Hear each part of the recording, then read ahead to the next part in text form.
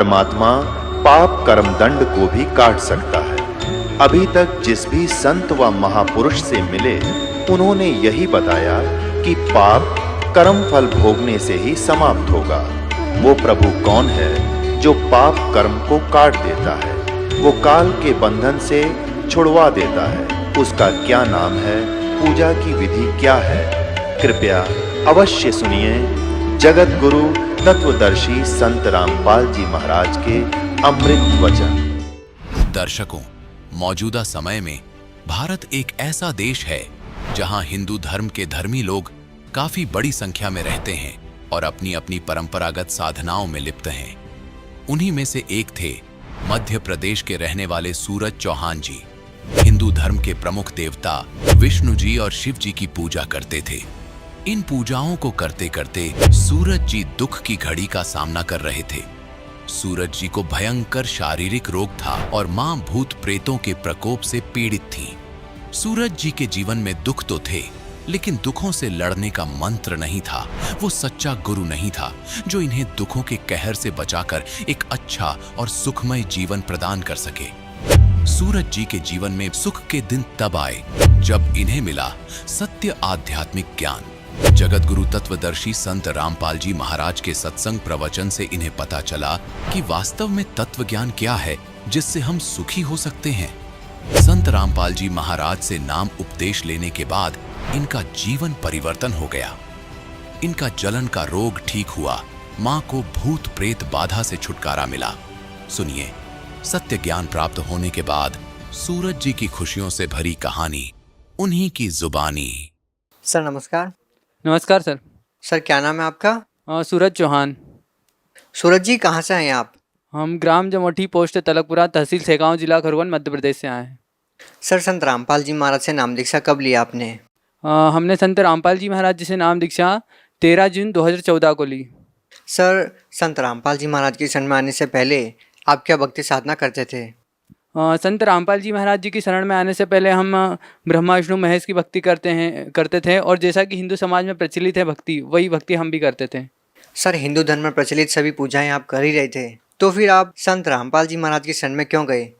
हमने संत रामपाल जी महाराज जी का सत्संग सुना और उनके ज्ञान को समझा और हमने देखा कि हम जो भक्ति कर रहे थे वो शास्त्रों के विरुद्ध थी और हमें पता चला कि शास्त्रों के अनुकूल भक्ति तो ये संत रामपाल जी महाराज जी बता रहे हैं। तो हमने इस कारण से वो पुरानी भक्ति त्याग दी और संत रामपाल जी महाराज जी के द्वारा बताई हुई भक्ति हमने ग्रहण की। सर संत रामपाल जी महाराज द्वारा दी गई भक्ति आपने की, तो सर उस भक्ति को करने के बाद आपको क्या लाभ मिले? जी, संत रामपाल जी महाराज जी के द्वारा बताई हुई भक्ति करने से हमें बहुत सारे लाभ हुए हैं, पर मैं कुछ का यहाँ पे वर्णन करना चाहूँगा। जैसे कि मुझे जब मैंने नाम दीक्षा ली थी उससे पहले मेरे को जलन का रोग था, उस रोग से मैं 1.5 साल से परेशान था और संत रामपाल जी महाराज जी से नाम उपदेश लेने के 2 दिन बाद ही मेरा वो जलन का रोग भी समाप्त हो गया।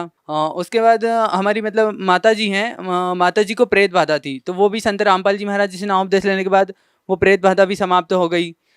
फिर उसके बाद चमत्कार भी हुए हैं, जैसे कि हमारे घर पे हम किसान परिवार से हैं, तो हमारे घर पे एक गाय थी, तो गाय को कि खून चूसने वाले वो जो कीड़े होते हैं वो हो गए थे और यहाँ पे जीव हिंसा भी नहीं कर सकते हैं। तो फिर हमारे पापा ने गुरु जी के पास दंडवत करते हैं, संत रामपाल जी महाराज जी के पास घर में स्थान बना है जहाँ पे दीपक लगाते हैं और हमने वहाँ पे प्रार्थना लगाई कि परमात्मा आप ही कोई उपाय करो। तो तीसरे दिन गाय बिल्कुल ऐसे हो गई जैसे किसी ने उसको नहलाया हो और एक भी कीड़ा उसको गाय को नहीं था। और उसके बाद नाम उपदेश लेने के 4 महीने बाद मेरी अचानक तबीयत खराब हो गई, क्योंकि गुरु जी जो मर्यादा बताते हैं संत रामपाल जी महाराज जी, हम वो मर्यादा नहीं निभा पाए, तो उससे हमारी तबीयत खराब हो गई। तो फिर हमने 4-5 डॉक्टरों को भी दिखाया, लेकिन हम ठीक नहीं हुए। फिर हमने घर से ही हॉस्पिटल से ही परमात्मा सदगुरु रामपाल जी महाराज जी को याद किया और प्रार्थना लगाई कि परमात्मा आप ही हमें बुलाओ किसी प्रकार से आपके पास। तो उसके दूसरे ही दिन हमारी हॉस्पिटल से छुट्टी हो गई और हम बरवाला आश्रम के लिए रवाना हो गए। और जैसे जैसे बरवाला आश्रम पहुंच रहे थे वैसे ऐसे हमको लग रहा था कि जैसे हमें कोई सर्प काट रहा है, वैसा दर्द हो रहा था। और जैसे ही हमने आश्रम में प्रवेश किया वैसे ही हमारी पूरी बॉडी की जो नसें होती है सारी फड़फड़ाने लगी और गुरुजी उसी वक्त आशीर्वाद दे रहे थे संत रामपाल जी महाराज जी। तो जैसे ही उन्होंने आशीर्वाद दिया हमारी पूरी बॉडी ऊपर से नीचे तक वाइब्रेट होने लगी और वाइब्रेट होने के बाद बिल्कुल मैं पूर्ण रूप से स्वस्थ हो गया।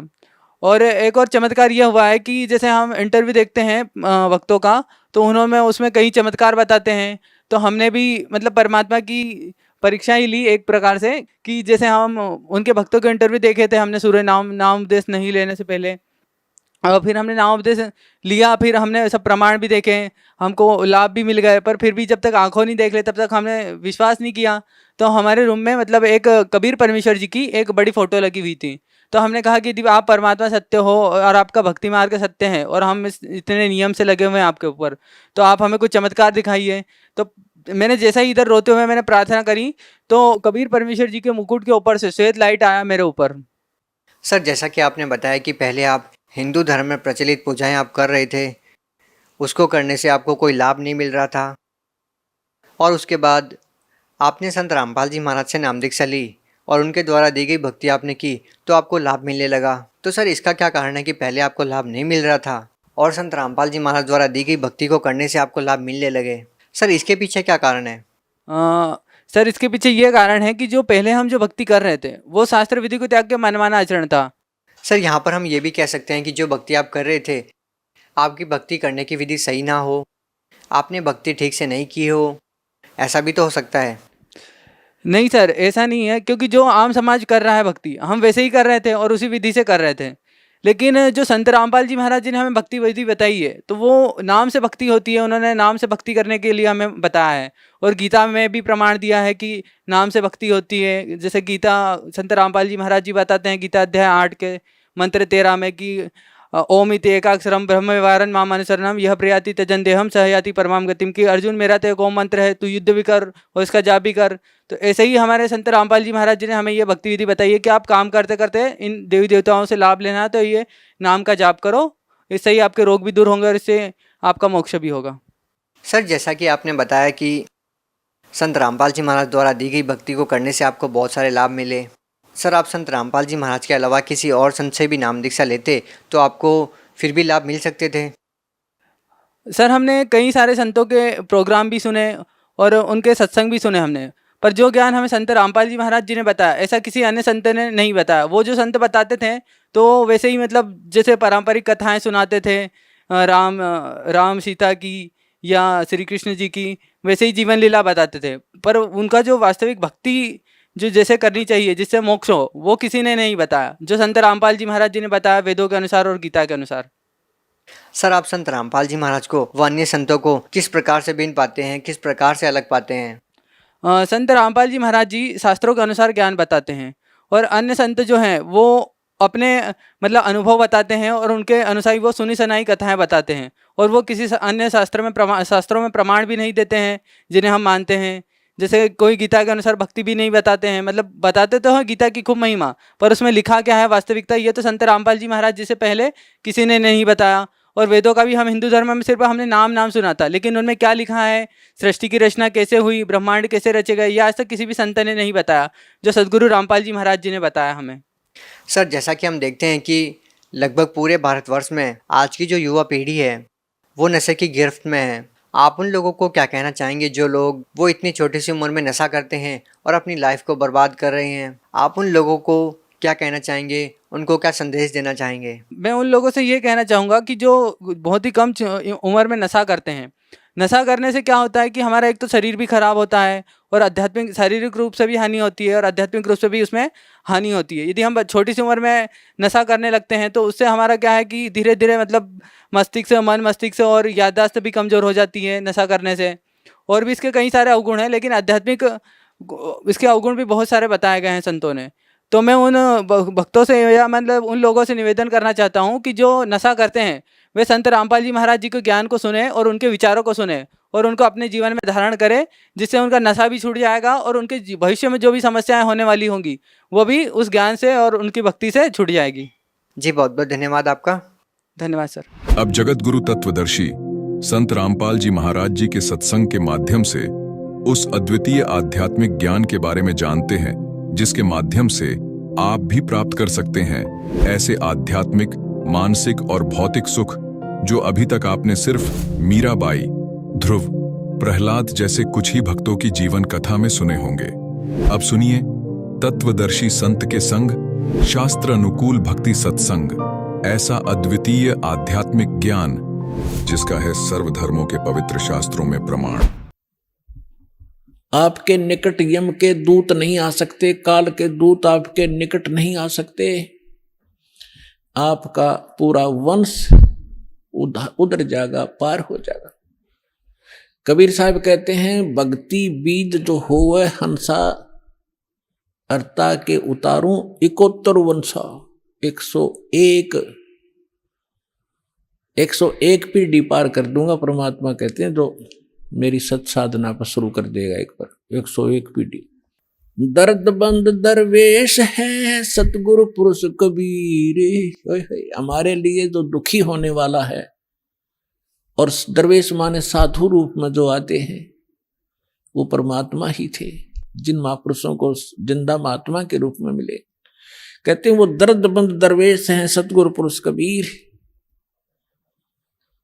नाम लिए बंद छूट है और टूटे यम जंजीरे। हमारे दुख में दुखी होने वाले एक ही महापुरुष हैं जो संत रूप में यहाँ आए हैं, खुद परमात्मा ही। दर्द बंद दरवेश हैं सतगुरु पुरुष कबीरे। नाम लिए बंद छूटे हैं टूट जम जंजीरे।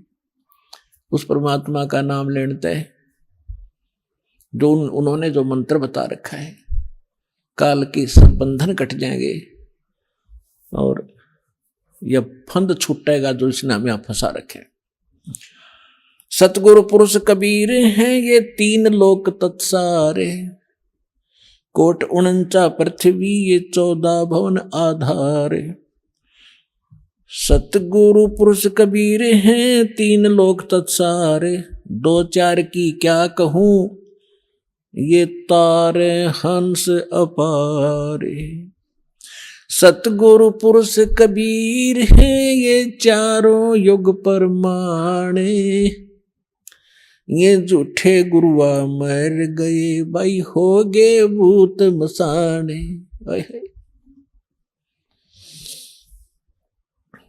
झूठे गुरु के आश्रय कदे न उदर जीवे।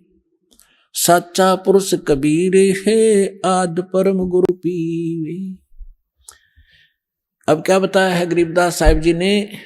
गरीबदास साहिब जी कह रहे हैं अपनी अमृतवाणी में, एफिडेविट दे रहे हैं कि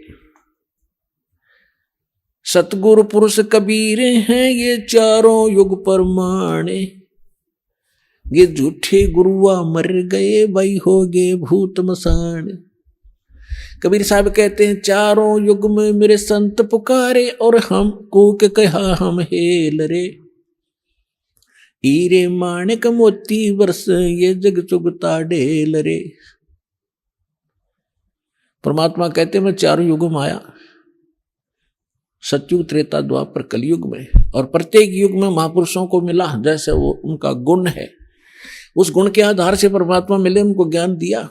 फिर उन महापुरुषों ने भी यही ज्ञान आगे जनता को बताया, और हमने भी इस यथार्थ ज्ञान और यथार्थ भक्ति की बहुत आवाज लगाई, लेकिन ये भोली आत्मा समझ नहीं सके।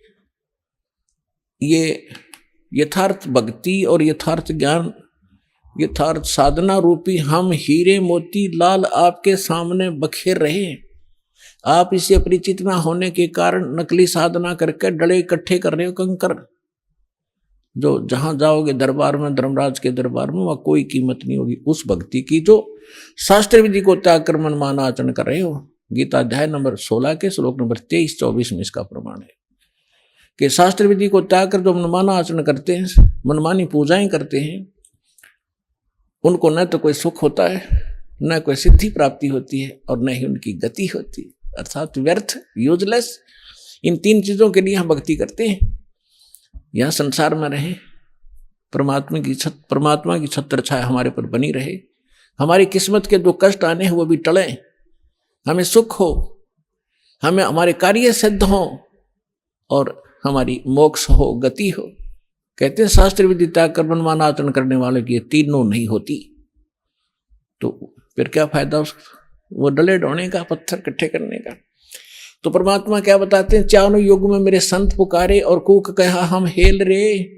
हीरे माणिक मोती बरसे ये जग चुगता ढेल रे। परमात्मा बताते हैं सतयुग में सत सुकृत कह टेरा।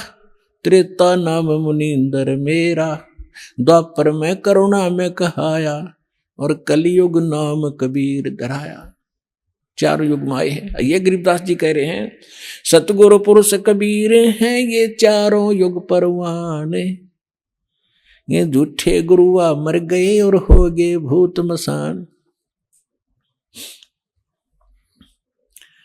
दास ने आप जी को राधा स्वामी पंथ के प्रवर्तक यानी स्थापक का इतिहास दिखाया। वो क्या नाम जाप करता था?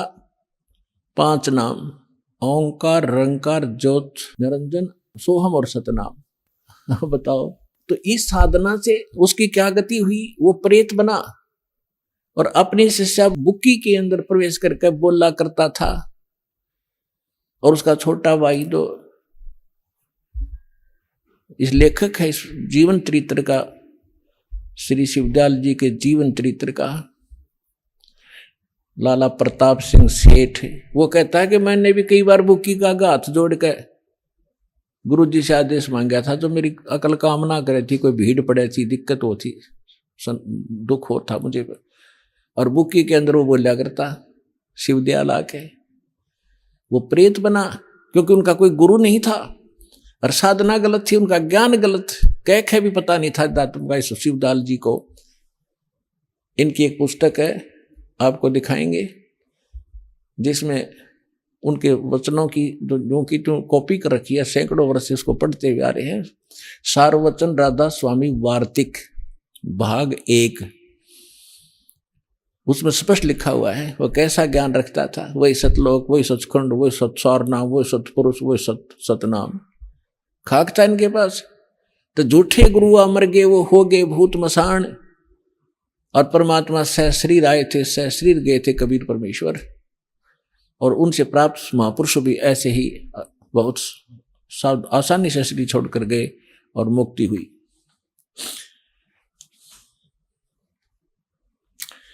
फिर क्या बताते हैं परमात्मा? सतगुरु पुरुष कबीर का विकम पंथ बैराट, शिव सनकादिक धावे ही ये मुनिजन जो है बाट। ये सतगुरु पुरुष परमात्मा, सतगुरु पुरुष कबीर। अब गरीबदास जी ने दोनों ही कंसेप्ट क्लियर कर दिए, सतगुरु और पुरुष माने परमात्मा। ये सतगुरु रूप में आए परमात्मा कबीर जी। सतगुरु पुरुष कबीर का विखम पंथ बैराटे, शिव सनकादिक धाम ही मुनिजन जो है बाट। कि इस भक्ति मार्ग पर, बाट माने मार्ग पर, शिव जी, शिव सनकादिक, शिव जी, ब्रह्मा विष्णु और सनक सनकादिक ये सारे और मुनिजन इसी भगवान वाले मार्ग पर चल रहे हैं, लेकिन यथार्थ मार्ग पर ना जाकर वो कुमार्ग पर यानी इनकम्प्लीट साधना कर रहे हैं, काल की दाल में है। सुर नर मुनिजन 33 करोड़ी, ये सब बंधे सभी काल की डोरी। सुर देवता, नर साधक, मुनि ये ऋषि जी, कहते सभी ये काल की ही साधना करके, ब्रह्म तक की साधना करके इसी के जाल में फंसे हुए। शंख सुरग पर शैल है, शंख सुर पर धाम, ऐसा अजरत देखिया वहां बिना नीम का गाम। बिना नीम के नगर में ये बसते पुरुष कबीर, शिव ब्रह्मादिक थकत हैं कौन धरे जा धीरे। लख लख योजन उड़त है ये सुर नर मुनिजन संत, ऊंचा दाम कबीर को कोई न पावे अंत। कहते हैं ये साधक ऋषि मुनि देवता लाखों योजन तक समाधि से जाते हैं और फिर उसी को अंतिम उपलब्धि मानकर वापस आ जाते हैं।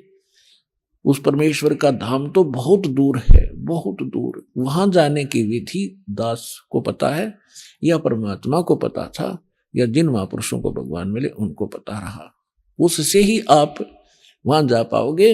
ये बताना चाहते हैं, यदि आप मेडिटेशन करने की गलती करो, उसके लिए बता रहे हैं कि लख लख योजन उड़त समाधि से बैठे यहाँ हैं और ध्यान लाख लाख कोस योजन, एक योजन में 4 कोस, एक कोस में लगभग 3 किलोमीटर है। अब एक योजन लगभग 12 किलोमीटर का, कहते 12 लाख किलोमीटर तक ऊपर चले जाते हैं साधना से, और भी घरें लाख लाख, और उनको कुछ नहीं प्राप्त हुआ। कहते तुम 2 घंटे सुबह शाम बैठ कर मेडिटेशन करके हर कोई प्रकाश देख कर खुश हो जाओ, भगवान मिल जाएगा, सपने में भी ना सोचना, असंग जन्म नहीं मिल सकता। अब जैसे सतलोक भी खुद सौ प्रकाशित, परमात्मा का शरीर भी प्रकाशित, वहां पर उसी के प्रकाश का रिफ्लेक्शन आपको यहाँ ब्रह्मांड में दिखाई देता है। जैसे किसी का मकान तालाब के किनारे हो और तालाब के अंदर सूर्य का प्रकाश गिरता है, उस प्रकाश का रिफ्लेक्शन जल से होकर के उसकी खिड़की के माध्यम से महल में, मकान में चला गया, और वो व्यक्ति उस महल के प्रकाश को देख रहा है कि ये सूर्य का प्रकाश है, सूर्य निराकार है। उसको इतना पता चले कि ये प्रकाश किसका है, सूर्य का, और सूर्य कैसा और निराकार है, प्रकाश किसका, खाक का है। तो वो परमात्मा सतलोक में है, और जो भी आप इस शरीर में देखते हो, इस ब्रह्मांड का ही एक चित्र, इसमें घट रही घटना आप देख सकते हो, इससे बाहर का कुछ नहीं। तो इसमें जो प्रकाश देखते हैं उस परमात्मा का रिफ्लेक्टेड, और उसका आकार भी बदल जाता है। जैसे झांकी के खिड़की के अंदर से प्रकाश गया, वो सूर्य जैसा नहीं है, प्रकाश है, वो वैसा प्रकाश भी नहीं है, उससे बहुत कमजोर है। इसी प्रकार आप जो प्रकाश इसमें देखकर खुश हो रहे हो भोली आत्माओं, भूल जाना इसको। ये तो इस साधना से परमात्मा प्राप्ति होगी, एक विमान बनेगा आपके लिए इस भक्ति का, इतनी शक्ति आत्मा में आ जाएगी, चार्ज हो जाएगी, रुक की नहीं रुक सकती किसी से। फिर ये इतना आपके अंदर ताकत आ जाएगी भक्ति की, और परमात्मा जहाज में बैठा कर लेकर जाएंगे आपको। अब जो भक्ति की शक्ति है वो आपको डगमग नहीं होने देगी, यहां नहीं रहने देगी, जहाज में टके रहोगे तुम। एक भगत बता रहा था कि मैंने एक बार स्वप्न देखा, जैसे मैं दादू जी के जहाज में बैठकर जा रहा हूं, क्योंकि हम असंग जन्म से भटक रहे हैं, महापुरुषों के संग कभी ना कभी हमने किया ही है। तो मैं जब जहाज हमारी गांव के ऊपर से जाने लगा, जहां मैं खेला कूदा करता था, वो जंगल दिखाई दिया जहां मैं घूमा करता था। मैंने ऐसे हुआ कि भाई यहाँ घूमना चाहिए, देख कितना अच्छा जगह, मैं ऐसे घूमा, वो मन में आस्था रहेगी, वो पटक दिया नीचे आकर दही। और भगत कहने लगे जी, एक भगत गिर गया, तो दादू जी कहते सुने भाई फिर देखेंगे, इसने जान दे, इसकी आस्था रहेगी यहाँ पर। तो उस बात से भी ये प्रमाणित होता है कि ये भक्ति आपको उस जहाज में या शक्ति डाटी नहीं हटेगी, आपको टिका कर रखेगी, यहाँ से आस्था हटेगी और उसमें सहयोग मिलेगा भक्ति का। नहीं तो जीव के बस का नहीं, यहाँ से मुंह हटा ले या कोई और क्रिया कर ले। भगवान की जो भक्ति की शक्ति आपके मन को ऐसा सथिर करेगी, आत्मा को, या मन के साथ नहीं डगेगी, मन ही डगा कर ले जाता है, या मन से भारी बन जाएगी। अब मन से हल्की बन गया, क्योंकि भक्तिहीन हो चुके हैं हम, अपने सारे पुण्य नाश कर चुके हैं। अब आपको नए सिरे से चार्ज किया जा रहा है, 500 यज्ञ कराई जा रही है। यहाँ पर जो प्रोसेस है भक्ति का कंप्लीट यहाँ से अब शुरू हो रहा है, और ये कभी चौथे युग में, कलयुग में आपको ये प्राप्त हुआ था, क्योंकि आप गए नहीं, वापस रह गए, 84 लाख योनि के दुख भी भोग दिए, फिर भी आस्था मन में रहेगी आपके। तो अब फिर चूक गए, फिर न जाने असंख्य जन्मों के बाद ये दाव लगेगा जो बिचली पीढ़ी का अब लगा है आपका। मनुष्य जीवन भक्ति में आस्था, और ये दास मिल गया सतगुरु रूप में, और भगवान की भक्ति सही मिल गया आपको। ये सारे नंबर असंख्यों जन्मों के बाद आपका दाव लग गया है, ये आम बात मत समझना। और ये ज्ञान कोई डूम बाट के बताए गीत नहीं है, ये समर्थ का दिया हुआ ज्ञान दास आपको आगे टेलीकास्ट कर रहा हूं, मेरा इसमें कोई रोल नहीं है। एक टेप रिकॉर्डर समझ लो, परमात्मा का ज्ञान एज इट इज महापुरुषों की वाणी रिकॉर्ड की आपको सुना रहा हूं, अपनी तरफ से कुछ नहीं मिला रहा हूं। जैसी बुद्धि दास को परमात्मा ने अपने कुत्ते को दी है, तुम्हारे लिए भौंक रहा हूं और सच्चाई से परिचित करा रहा हूं। और तुम्हारा कल्याण हो जाएगा।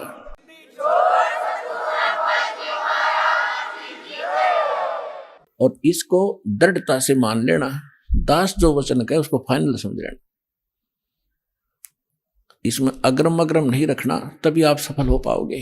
क्योंकि इस अग्रम अग्रम यानी शंका के नाश करने के लिए इतने प्रमाण दिए जाते हैं, इतने महापुरुषों के उदाहरण दिए जाते हैं, उनकी गवाही आपके रूबरू की जाती है। क्योंकि हम अज्ञान में सने पड़े हैं और भक्तिहीन हो गए, जल्दी से सेट नहीं हो पाती है भक्ति। तो इसलिए आपको सत्संग में बुलाया जाता है।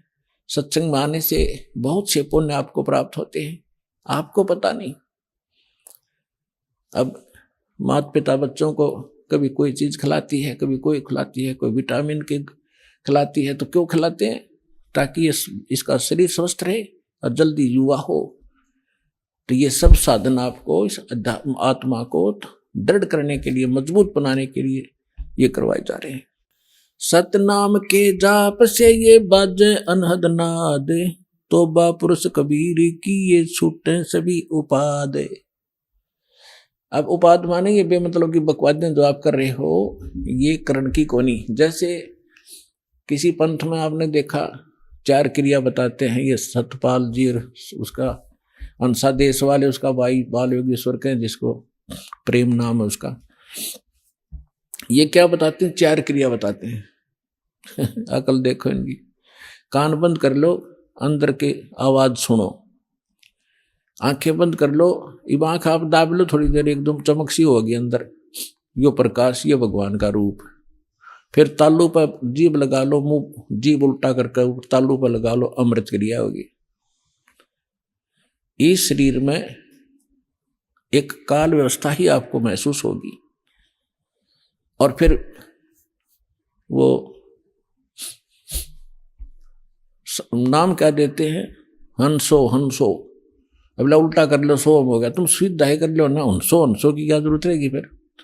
और फिर उसके 2 भाग कर लो, 100 बार हम अंदर, मोटरसाइकिल में 20 तक तोड़ो और 2 भाग कर लो, इसको इधर चलाओ, इसको इधर। और जिन महापुरुषों को भगवान मिले उन्होंने क्या क्या बताया? ये 2 अक्षर का मंत्र है। अरे 100 शब्द के देने के अधिकारी भी नहीं है।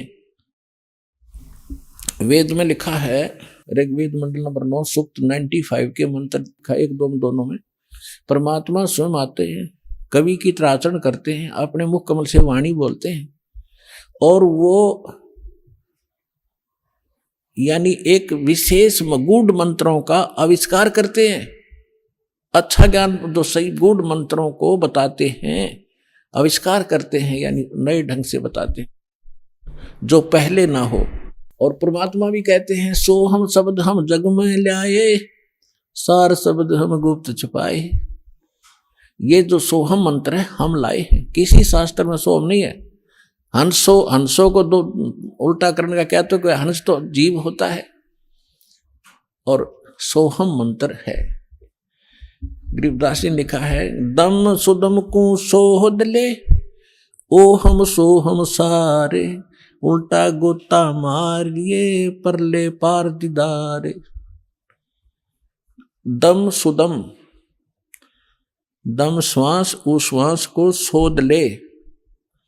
और ये 2 अक्षर का मंत्र जो दास ने भी बोला है, ये है वो सार मंत्र।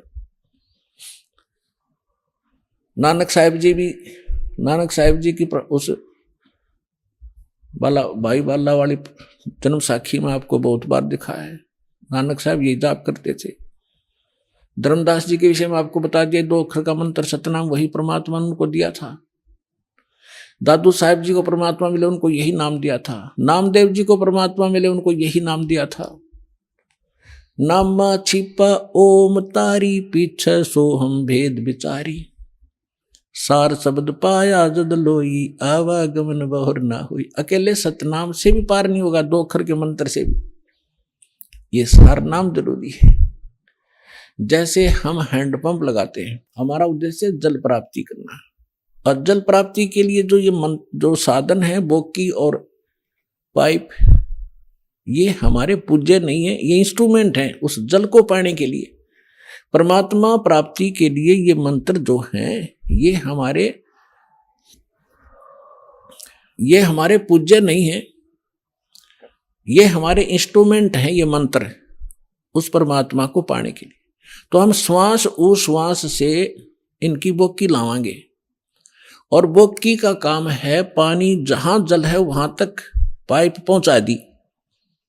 जल नहीं मिला, पहुंच गई अवश्य, लेकिन उसके बाद फिर हैंडपंप नारी मशीन लगानी पड़ती है और उसकी भी क्रिया करनी पड़ती है, तब वो जल निकलेगा। तो सतनाम तो समझ लो बोकी और पाइप है, और सारनाम वो हैंडपंप है मशीन ऊपर की, और फिर उसकी क्रिया करेंगे जब वो जो वस्तु निकलेगी वो है जो हमारा उपास्य है। तो इस मंत्र सतनाम आपको मिल गया, सारनाम मिला नहीं तो भी पार नहीं हो पाओगे।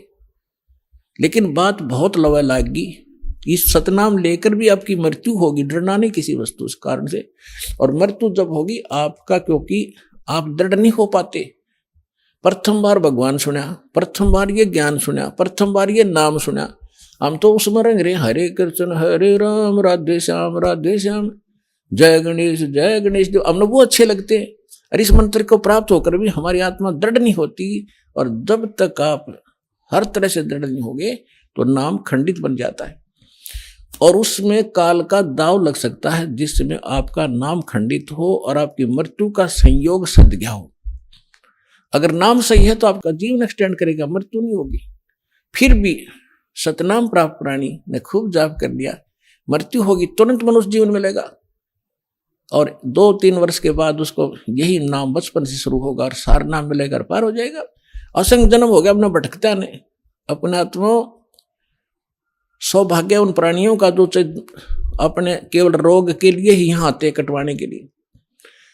अब रोग तो भगवान के आगे कुछ है ही वस्तु नहीं, 2 मिनट में ठीक करें ये सारे संसार के रचनहार 1 मिनट में।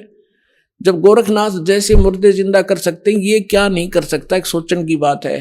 ये समझ सकती है, 1 सेकंड में सब कुछ कर सकता, लेकिन हमारा विश्वास दृढ़ नहीं होता।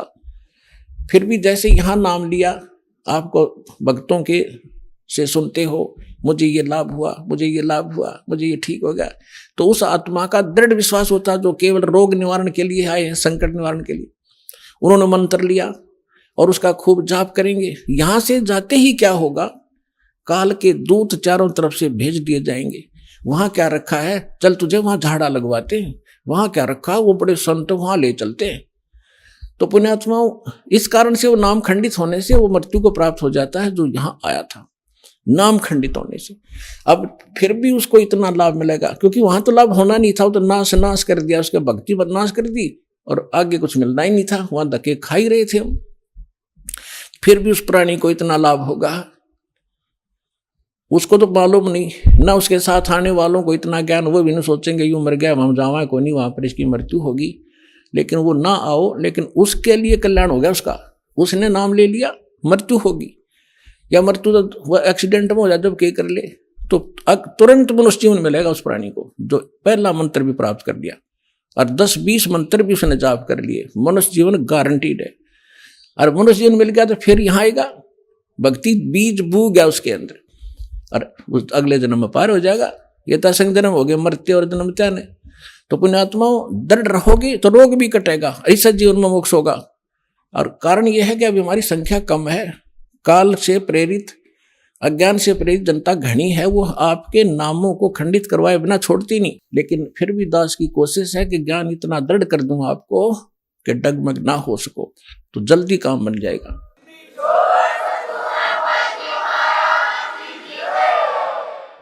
अब जैसे प्रसंग चला था, जैसे कान बंद करके धुन सुनते हैं, धुन कि हमें धुन सुनती है और धुन। अब नाम तो तुम जाप क्या करते हो और धुन सुनने का दावा करते हो, हमने सतलोक वाली सुनगी। अब धुन क्या चीज है और मंत्र क्या चीज है। जैसे एक ढोल होता, ढोलक, ढोलक के बजाने का एक विशेष डंडा सा होते हैं, छोटे छोटे डंड की ही, और उनको ही लगाने से, बजाने से उसकी वो वही आवाज निकलती है जो ढोल की होनी चाहिए।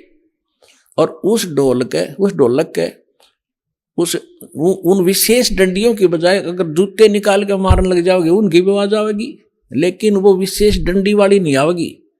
वो सुर में सुर नहीं मिला सकती उस बाजे उन औरों के साथ, तो वो व्यर्थ है, उसको भगा दिया जाएगा। क्या बकवास कर रहा है तू, तेरा सुर में सुर नहीं मिल रहा। तो जो ये नाम जाप करते हैं काल के, धुन सुनते हैं इसमें, तो वो ढोल का जूत्या वाली आवाज सुन रही है उनको, वो आवाज भी ना सुने जो आसपास ठीक सुननी चाहिए। तो इस सत्य नाम के जाप से जो आपको यहाँ धुन सुनेगी, लेकिन इस धुन को सुनकर हम करेंगे क्या? हमने तो वहां जाना जहां से धुन आ रही है, ये धुन न चाटेंगे हम, कोई बात है? हम तो वहां जाएंगे जहां से धुन यहां आ रही है, वहां पहुंचेंगे, तब जाकर बात बनेगी। अब जैसे ये संसारिक लोग ढोल ढाल बजाते हैं, कब? जब विवाह होता है। अब हम गांव के बाहर बैठ कर ढोल सुने जाकर, ढोल सुने भाई, तो क्या वहां लड्डू जलेबी मिल जाएंगी? लड्डू जलेबी तो वहां मिलेगी जहां वो ढोल बज रहा है, वहां जाना पड़ेगा। तो इस प्रकार हमने सतलोक जाना पड़ेगा, वहां सब सुख प्राप्त होंगे। इस धुन से कोई लाभ नहीं, बजो सुनो ना सुनो, आपको जो मंत्र दे दिया इसे अपने आप वो बज रही है, अपने आप सुर खुलते चले जाएंगे। इसमें असंख्य धुनें हो रही हैं शरीर के अंदर, वो धुन न्यारी है इनसे। कोई है रे परले पार का, जो भेद कहे झनकार का, गरीबदास जी कह रहे हैं कोई है उस परले पार का, यहां मुझे बताओ, और वो धुन का भेद बताओ, जो धुन वहां है परले पार यानी सतलोक में।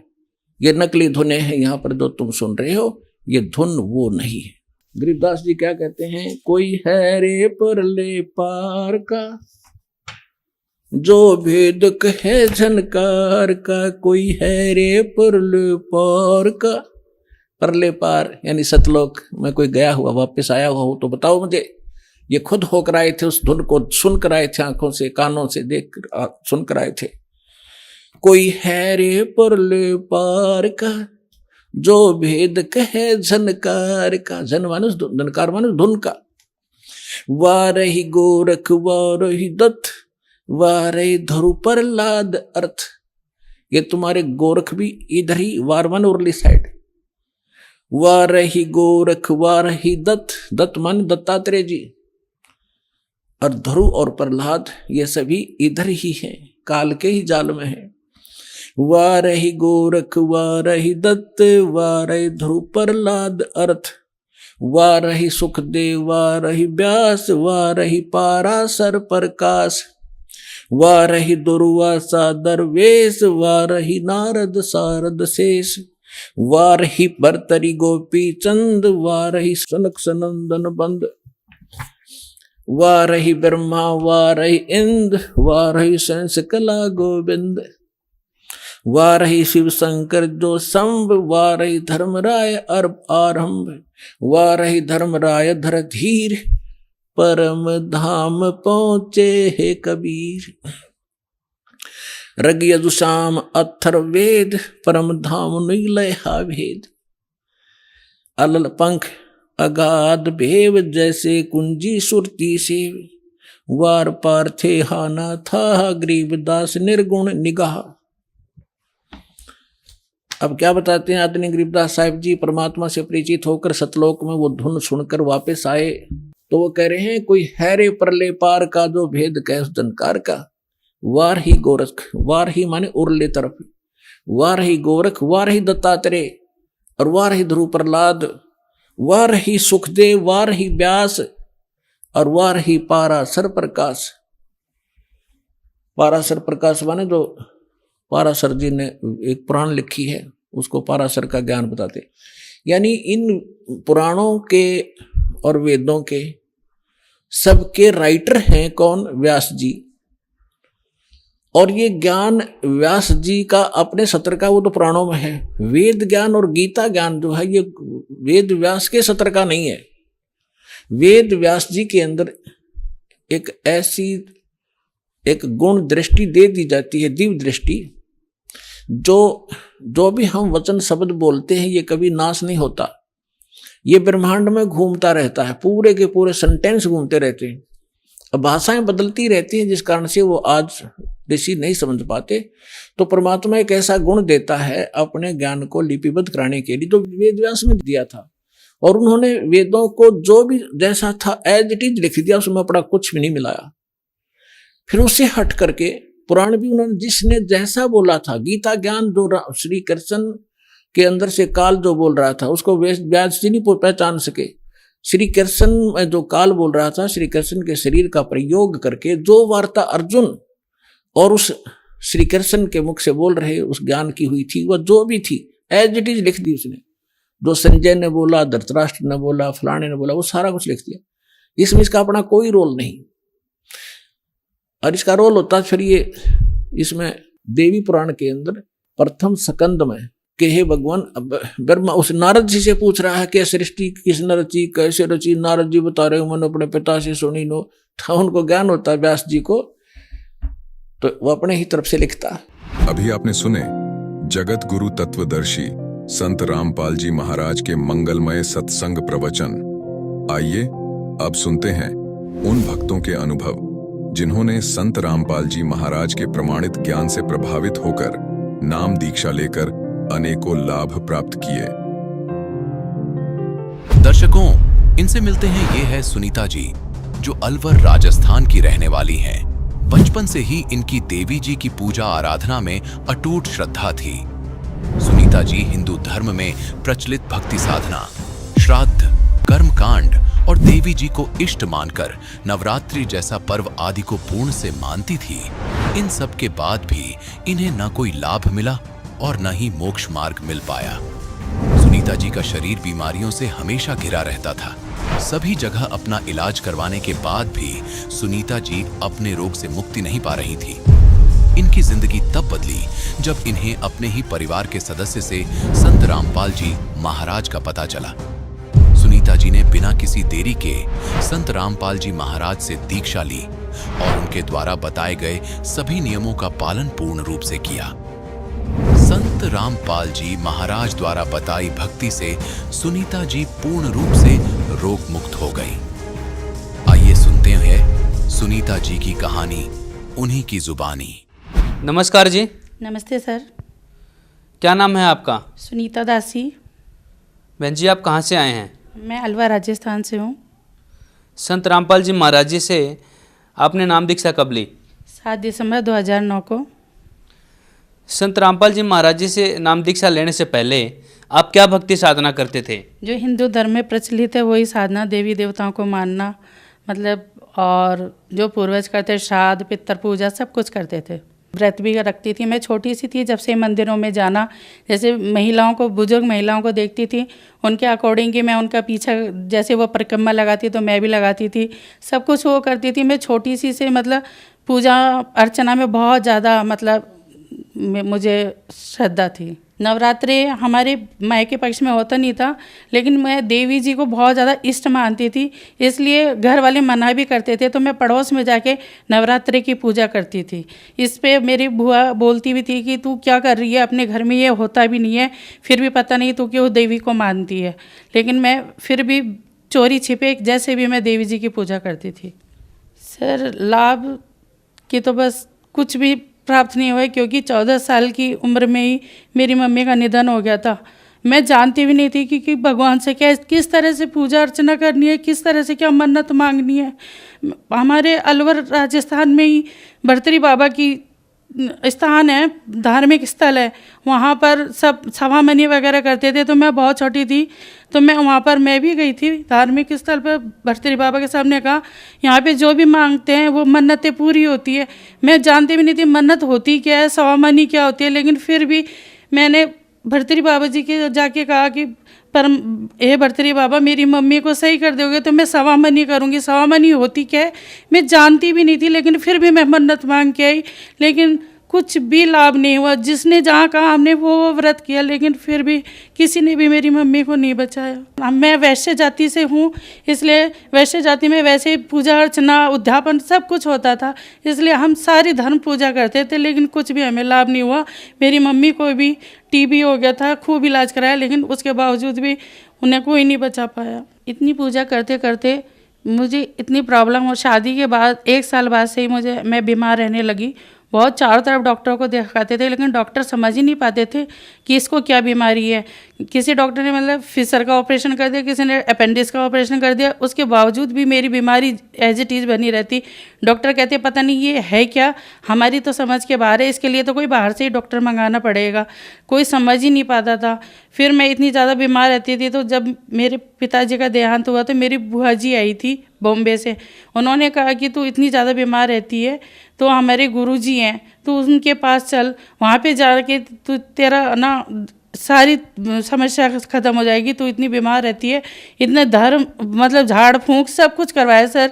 हमारे मतलब ससुराल पक्ष में इन चीज़ों पे ध्यान नहीं देते थे, लेकिन मेरे भाइयों ने कहा कि मेरी बहन का डॉक्टरी इलाज फेल हो गया तो इन्हें झाड़ा फूका कराया जाए। तो जहाँ भी जो भी कहते कि आज रात के 2 बजे लेके आना है तो रात के 2 बजे लेके जाते। किसी कहे कि पुल के नीचे ये कर आओ, कि सिंदूर लिया, कोई मृगनैनी का वो खा लो, जो कहा जो हमने किया, लेकिन मैं मौत के मुंह में जाती रही, कोई हमें बचा नहीं पाया। जैसे रात होती तो रात होते ही मेरे शरीर में अजब सा पेन, इतना ज़्यादा कि जैसे करंट लग रहे हैं, शरीर में आग कोई जला रहा है मेरे शरीर को, इस तरह की पीड़ा होती थी। सब सोते थे लेकिन मैं पूरी रात तड़पती थी। कोई मुझे मतलब जैसे बिना पानी के मछली तड़पती है इस तरह से मैं तड़पती थी। कोई मतलब इलाज ही नहीं था। और सब ये कहते कि दुर्लभ जी जयपुर जैसे बड़े हॉस्पिटल में मेरा इलाज चला, और डॉक्टर भी ये कहते थे कि ये तुम्हारी मेंटेलिटी है, तुम्हें कुछ भी नहीं है, कुछ रिपोर्ट में तो कुछ आते ही नहीं है, कुछ भी नहीं है तुम्हें। बहन जी, फिर आपको संत रामपाल जी महाराज के बारे में कैसे पता चला? बॉम्बे से मेरी बुआ है केसरमई, अब वो सतलोक की वासी हो गई है, तो उन्होंने ही मुझे बताया कि बेटा तू इतनी बीमार रहती है, एक बार हमारे गुरुजी के पास जो भी जाता है सही हो जाता है, उनके पास सारी इलाज मतलब बीमारियों का इलाज है। तो हम गुरु में कोई विश्वास नहीं करते थे, आश्रम वगैरह हम मानते नहीं थे कि आश्रम में तो ऐसा वैसा होता है। मतलब जिस तरह से अभी 2-4 आश्रमों का वो निकला, इस तरह से हम समझते हैं कि आश्रम वगैरह में हम बिल्कुल भी विश्वास नहीं करते थे। तो हमने कहा कि बुआ जी ऐसे बोलती हो, ये भी कोई होता है, गुरुजी ऐसे कर भी सकते हैं क्या? तो हम नहीं मानते। फिर बुआ जी ने कहा नहीं, एक बार चल के देख कि वहाँ पे क्या होता है। फिर हम उनके कहने पे वो मुझे 7 दिसंबर 2009 को हम बरवाला आश्रम गए। उन्होंने नियम बताए कि नाम लेने के लिए, तो फिर नियम हमें थोड़े से वो लगे। फिर उन्होंने हमें जब ज्ञान समझाया तो हमें समझ में आया, और मैंने 7 दिसंबर 2009 को संत रामपाल जी महाराज से नाम दीक्षा ली। क्या जो आपकी बीमारी थी डॉक्टर डिटेक्ट नहीं कर पा रहे थे, आपको अजीब सी जलन होती थी, और ये सब बीमारी संत रामपाल जी महाराज से दीक्षा लेने के बाद क्या ठीक हो गई? जी सर, बिल्कुल ठीक हो गई, और मुझे जीवन दान मिला। क्योंकि संत रामपाल जी महाराज की शरण में जाने के बाद गुरुजी ने मेरे ऊपर, परमात्मा ने इतनी रजा की कि जो डॉक्टर समझ ही नहीं पा रहे थे कि मुझे बीमारी क्या है। मेरी MRI की रिपोर्ट 1 साल पहले डॉक्टरों को उसमें जो ट्यूमर था वो नज़र नहीं आया, लेकिन जब संत रामपाल जी महाराज ने मुझे आश्रम से भेजा कि बेटा अब दोबारा एक बार डॉक्टरी इलाज लो, तब उसमें उसी 1 साल जो पहले MRI हुई थी उसी में ही सब डॉक्टरों को वो ट्यूमर की रिपोर्ट नज़र आ गई। उन्होंने कहा कि ये पहले हमें क्यों नहीं दिखाई दी। उसके बाद तो मुझे बॉम्बे भेजा गया। तो मतलब AC कोच में मेरी सीट होती थी, रिजर्वेशन होता था, लेकिन मैं बैठ भी नहीं सकती थी पूरे टाइम। मतलब अलवर से और बॉम्बे तक मैं खड़ी ट्रैवलिंग करती थी। मुझे देख के सामने वाला भी रोने लग जाता था, इतनी तड़पती थी कि कोई मुझे मतलब कोई सो ही नहीं पाता था। सब देखते थे कि ये कितनी तड़पती है, इतना ज़्यादा पेन होता था कि बता नहीं सकती। वो दिन याद करके सर, मेरे छोटे छोटे बच्चे थे, मैंने परमात्मा से कहा कि परमात्मा मेरे बच्चे मेरे बिना अनाथ हो जाएंगे। परमात्मा ने कहा कि बेटा बंदी छोड़ तेरे साथ है, मैं तेरे साथ हूँ, तो जा डॉक्टर के पास। जैसे ही मैं गई वहाँ पे उन्होंने कहा कि 36 घंटे का ऑपरेशन है। डॉक्टर खुद भी नहीं बता पा रहे थे, 2 डॉक्टर थे, आधे शब्द वो बोल रहे थे, आधे वो बताने में भी हिचकिचा रहे थे कि इसको कैसे बताया जाए कि किस तरह की बीमारी है इसे। फिर भी जैसे तैसे करके उन्होंने बताया। उन्होंने कहा कि आपको लेट बात की जगह हटा दी जाएगी, परमानेंट थैली लगी जाएगी, इस तरह के करके उन्होंने मेरा मेजर ऑपरेशन बताया। 3 बार डॉक्टरों ने मुझे ऑपरेशन की डेट दी, तो जैसे ये पहली बार बताया तो मैं इतनी रोई गुरुजी के सामने आके कि गुरुजी अब मैं क्या करूँ। संत रामपाल जी के सामने गिड़गिड़ाई। परमात्मा ने कहा बेटा मैं तेरे साथ हूँ, तू जा। मैं जब भी ऑपरेशन के लिए बॉम्बे जाती तो गुरुजी के आश्रम में ज़रूर आती थी आशीर्वाद लेने के लिए। परमात्मा कहते कि तू जा, मैं तेरे साथ हूँ। फिर वहाँ जाके एक बार हमने मेडिसिन तक ले ली थी, लेकिन फिर मैं गुरुजी को मैंने ईमेल भेजा बॉम्बे से कि गुरुजी अब मुझे कोई नहीं बचा सकता, मेरा क्या होगा। परमात्मा ने कहा कि बेटा चिंता मत कर, मैं तेरे साथ हूँ, मैं तेरे साथ कुछ भी बुरा नहीं होने दूंगा। उन्होंने दूसरी बार भी मेरा ऑपरेशन टाल दिया।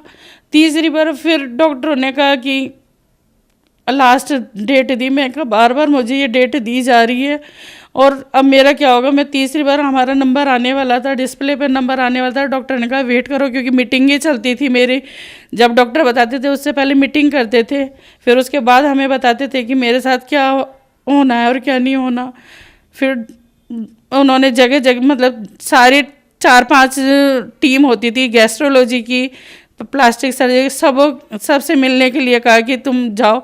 तो मैं जिस भी टीम से मिलती थी तो वो कहते थे तुम्हें पता है तुम्हारा कितना बड़ा ऑपरेशन है, तुम्हें पता है तुम्हारा कितना बड़ा। मतलब पूरा टाटा मेमोरियल के जो डॉक्टर थे, जो मेरा डॉक्टर अजय पुरी, वो सब हिल से गए थे कि ये क्या बीमारी है और मैं उस पेशेंट से मिलना चाहता हूँ जो ये ऑपरेशन कराने के लिए तैयार हुई है।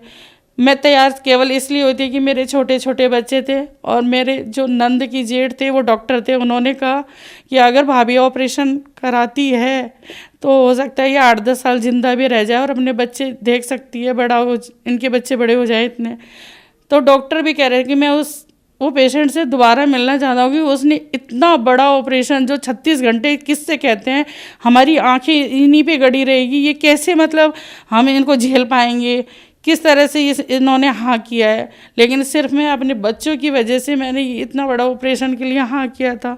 फिर डॉक्टर ने आखिर में डॉक्टरों ने कह दिया, तीसरी बार जब डिस्प्ले पे नंबर आया तो मैं मेरे हस्बैंड से कह रही थी कि 2 बार तो गुरुजी ने बचा लिया, अब मैं वापस नहीं जाऊंगी, अब मैं यहीं पे ही मर जाऊंगी। फिर इतने में डिस्प्ले में नंबर आया और डॉक्टर ने कह दिया कि हम आपका इलाज नहीं कर सकते क्योंकि आपकी बीमारी अब हमारे बस की बात नहीं है, ये बहुत ज़्यादा फैल चुका है और हम कुछ भी नहीं कर सकते। अब हम ऑपरेशन भी नहीं कर सकते क्योंकि आपके पैर भी हटाने पड़ेंगे हमें। डॉक्टर ने कहा वैसे तुम अच्छे से चल रही हो फिर रही हो, लेकिन हमें पैर फिर भी काटने पड़ेंगे और हम जीते जी आपको व्हील चेयर पर नहीं बैठा सकते। फिर डॉक्टरों ने मुझे कह दिया कि सिर्फ एक ही है जो मतलब 1-1.5 महीने के लिए हम आपको ज़िंदा रख सकते हैं, जो आपको रेडिएशन लगेगा। फिर मैंने रेडिएशन के लिए मना करा। उन्होंने कहा नहीं, आपको रेडिएशन तो लेना ही पड़ेगा, जिससे आपके ट्यूमर को हम मतलब बिल्कुल हटा तो नहीं सकते, लेकिन 1-1.5 महीने के लिए आपकी उम्र बढ़ सकती है। इतना ज़्यादा पेन होता था कि मैं व्हील चेयर पर चलने लग गई थी, व्हील चेयर पर चलती थी। फिर थोड़े दिन आश्रम में रही, फिर बिल्कुल मुझे गुरु संत रामपाल जी महाराज ने कहा कि बेटा घर जाओ, तो फिर मैं धीरे धीरे अपने पैरों पे चलने लगी। लेकिन मैंने बॉम्बे में डॉक्टरों ने कहा कि अब आपका ऑपरेशन तो नहीं हो सकता, लेकिन आपको रेडिएशन तो लेना ही पड़ेगा। फिर डॉक्टरों के कहने पे मैंने रेडिएशन लिया। फिर मेरा 39 रेडिएशन लगा था। तो जैसे मैंने देखती थी कि 10-15 रेडिएशन के बाद किसी की स्किन जल के मतलब घाव से बाहर हट रही है, वो हो रहा है, तो मैं डरती थी कि मेरे साथ भी ऐसे ही होगा। मेरा तो 39, लेकिन डॉक्टर भी देख के कमाल शॉकिंग हो गए कि मतलब इतना रेडिएशन लगने के बाद भी मेरी स्किन पे कुछ भी नहीं हुआ। और डॉक्टर ने कहा कि रेडिएशन के दौरान आपकी तबीयत बिगड़ सकती है, आप साड़ी नहीं पहन सकते, गाउन पहनोगे, चल नहीं सकते मतलब। लेकिन मेरे साथ ऐसा कुछ भी नहीं हुआ। मैं लास्ट टाइम तक साड़ी भी पहने हुए थी, क्योंकि उन्होंने कहा गाउन पहनोगे क्योंकि वो शरीर में चिपक जाएगा, क्योंकि घाव बन जाएगा रेडिएशन लगने के बाद। लेकिन मेरे साथ ऐसा कुछ भी नहीं हुआ। और चारों तरफ जैसे इतनी बीमारी इतनी ज़्यादा थी कि जहाँ भी मैं जाती तो सब कहते हैं कि ये शाने भोपे के, उसके बाद भी कहते हैं कि वहाँ चलो आप सही हो जाओगे। तो फिर मैंने कहा कि चाहे कुछ भी हो जाए, मैं संत रामपाल, मैंने पूरी दुनिया देख ली, जहाँ जहाँ हमें देखना था वो देख चुकी। अब संत रामपाल जी महाराज की शरण छोड़ के कहीं नहीं जाऊंगी, चाहे मेरी जान ही चली जाए। बस परमात्मा का वो दिन था, परमात्मा ने ऐसी रजा करी कि सिर्फ एक रेडिएशन ही लिया, और रेडिएशन इसका कोई वैसा इलाज नहीं है, केवल वो रोक सकता है, बीमारी ख़त्म नहीं कर सकता। लेकिन संत रामपाल जी की असीम कृपा से मेरा वो मतलब ट्यूमर कैंसर बिल्कुल ठीक हो गया। बहन जी, संत रामपाल जी महाराज जी की कृपा से जो आपका कैंसर ठीक हो गया, ये कैसे संभव हुआ, जबकि डॉक्टरों ने तो आपका ऑपरेशन करने से मना कर दिया था? जी, संत रामपाल जी एक संत नहीं, वो पूर्ण परमात्मा है। वो संत रामपाल जी के चोले में पूर्ण सृष्टि रचनाहार कबीर साहब आए हुए हैं, क्योंकि एक साइंस भी जहाँ फेल हो जाती है वहाँ संत रामपाल जी का असर वो शुरू होता है, क्योंकि साइंस भी एक भगवान ही बना, साइंस भगवान से बढ़कर नहीं हो सकती, साइंस भी भगवान ने ही बनाई है। तो संत रामपाल जी की कृपा से ही मैं आज बिल्कुल सही, बिना ऑपरेशन, आज मैं टाटा मेमोरियल हॉस्पिटल में जाके देखती हूँ, छोटे छोटे बच्चे, बूढ़े बुजुर्ग सब इतना इलाज करा, और लास्ट में क्या होता है, मरते हैं। मुझे डॉक्टरों ने कहा कि सिर्फ 1.5-2 महीने आप बचोगी। मैं जब मेरे बच्चे छोटे छोटे थे तो मैं इतनी तड़पती थी कि जिंदा लाश थी ना, मैं लेटती तो कोई दूसरा ही लिटाता था, चद्दर भी कोई दूसरा उड़ाएगा, सब कुछ। और आज मैं अपने पैरों पे खड़ी हूँ, मैं दूसरों को भी, मतलब जो मुझे व्हील चेयर पे लेके जाते, आज मैं पब्लिक को व्हील चेयर पे लेके जाती हूँ, आश्रम में लेके जाती थी। और आज मैं घर पर बिजनेस भी शुरू कर दिया है। जो एक गिलास पानी नहीं, मेरी 2 साल की बेबी थी, उसको मैं दूध की बोतल, वो रोती थी, मैं दूसरों पे बोझ बनी हुई थी। मैं परमात्मा से ये कहती थी कि परमात्मा, मैं दूसरों पे बोझ कब तक। तो परमात्मा, संत रामपाल जी महाराज ने कहा कि बेटी तू चिंता मत कर, तू अपना बोझ खुद उठाएगी, अपने बच्चों का खुद काम करेगी, सब कुछ। मतलब जो मैं मन में सोचती थी, मैं सुनती थी कि भगवान भी कहाँ है, कैसा होता भी है क्या नहीं भगवान। मैं जब शुरू में संत रामपाल जी महाराज के पास गई तो मैं तड़पती थी इतना ज़्यादा। ऐसा नहीं है, मैं 8 साल तक दिन रात क्या होता है, मैं सोती नहीं थी, पूरी दुनिया सोती थी, मैं पूरी रात जगती थी, खड़ी रहती थी। मतलब पूरा टाइम मैं यही सोचती थी कि कब दिन की चिड़िया की आवाज़ आए, कब। मैं बॉम्बे में 4 महीने रही थी, तो मुझे ये लगता है कि कब सुबह लोकल ट्रेन 4 बजे शुरू हो जाती है, तो कब लोकल ट्रेन की आवाज़ शुरू हो कि भाई दिन निकल। मतलब ऐसे तड़पती थी मैं, दिन रात खड़े रहती थी, समझ में नहीं आता था कि मेरा ये जीवन इतना कष्टमय। मैं संत रामपाल जी महाराज से कहती थी कि मुझे मौत दे दो, मुझे मौत दे दो, मुझे नहीं जीना। क्योंकि जब मैं कहराती थी तो पूरा आश्रम गूंज जाता था, इस तरह की मुझे तड़प होती थी। फिर संत रामपाल जी महाराज ने कहा कि बेटा, मैं तुझे पीड़ा काटूंगा, मैं तुझे मौत नहीं दूंगा, मैं मेरी बेटी को बचा के रहूँगा। इतने साइंस तो इतनी है, क्यों नहीं इतने हॉस्पिटल भरे हुए, क्यों नहीं सही हो जाते, क्यों फिर भी मर रही है पब्लिक, क्यों? एक संत रामपाल जी महाराज जी ऐसे हैं जो जीवन रक्षक हैं। अगर सत्य भक्ति करे, श्रद्धा रखे, विश्वास रखे, आज आप केवल ये कह दो कि भाई संत रामपाल जी महाराज से कि मैं तुम्हारी शरण में आना चाहता हूँ, तो तभी से तुम्हारे लाभ होना शुरू हो जाएंगे। बॉम्बे टाटा मेमोरियल हॉस्पिटल में जाके मतलब पूछ भी सकते हैं, जाके कह भी सकते हैं कि राजस्थान अलवर से सुनीता गुप्ता सैक्रम कोडोमा की पेशेंट, वो सारी रिपोर्ट आपको देंगे। आप वहाँ पे जाके टाटा मेमोरियल में पूछ सकते हैं। बहन जी, संत रामपाल जी महाराज जी से नाम दीक्षा कैसे ले सकते हैं? संत रामपाल जी महाराज से नाम दीक्षा बहुत सारे टीवी चैनलों पर संत रामपाल जी महाराज का सत्संग आ रहा है, और उन पर सत्यलोक आश्रम के कॉन्टैक्ट नंबर आ रहे हैं, तो वहाँ पर आप कॉन्टैक्ट करके जो आपके समीप नामदान स्थल है वहाँ से नाम दीक्षा लीजिए। धन्यवाद जी। सच्चाई।